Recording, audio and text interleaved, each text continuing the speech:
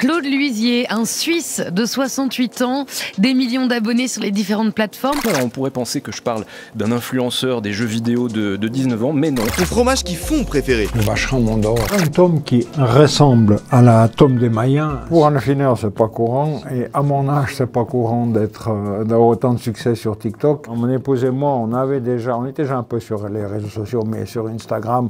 Une autre fils rejoint l'entreprise et tout d'un coup se met à mettre des films sur TikTok. Et là, ça a été impressionnant. Aujourd'hui, on a 1,5 million d'abonnés, c'est sidérant.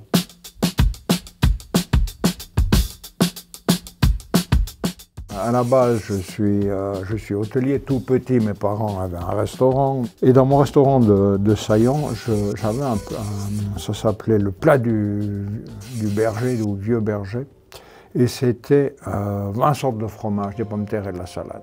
Et puis j'avais cette vieille cave de ma grand-mère, cette cave voûtée, et c'est comme ça que ça a commencé un petit peu l'affinage. Après 10 ans d'affinage, en regardant un peu ma généalogie, je me suis rendu compte que mon ancêtre était parti de Sarayé dans le Val-de-Bagne autour des années 1750 pour fabriquer le fromage dans le village de l'Étran, le village où on est. Ça, on l'a lancé il y a 10 ans. Faire fabriquer un petit fromage à raclette de 2 kilos, ça correspond beaucoup plus à la famille actuelle. La famille de mon père, il y avait 13 enfants. Donc ils avaient besoin de grands fromages. Donc ces petits fromages, c'est pour ça. Puis après, on a les tout grands fromages qui sont en vieillissement ici. On a le Beaufort, on a du parmesan.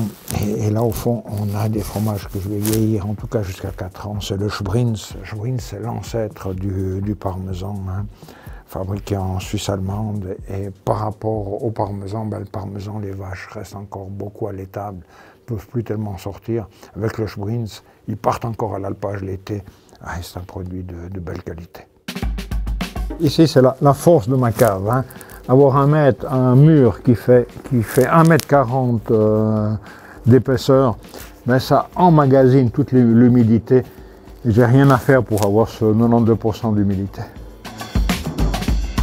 Ici, on a une spécialité, c'est un fromage mariné au marc du Magne rouge.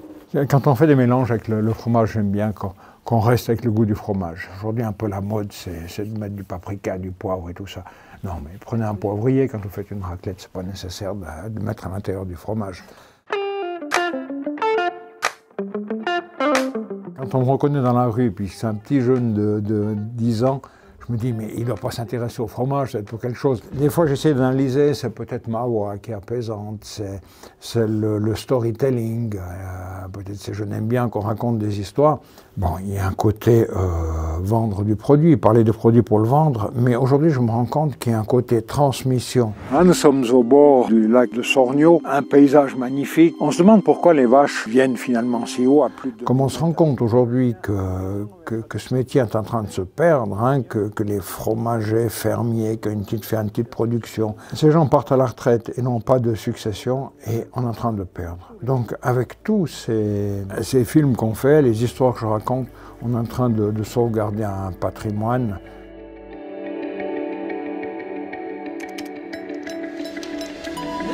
Le temps.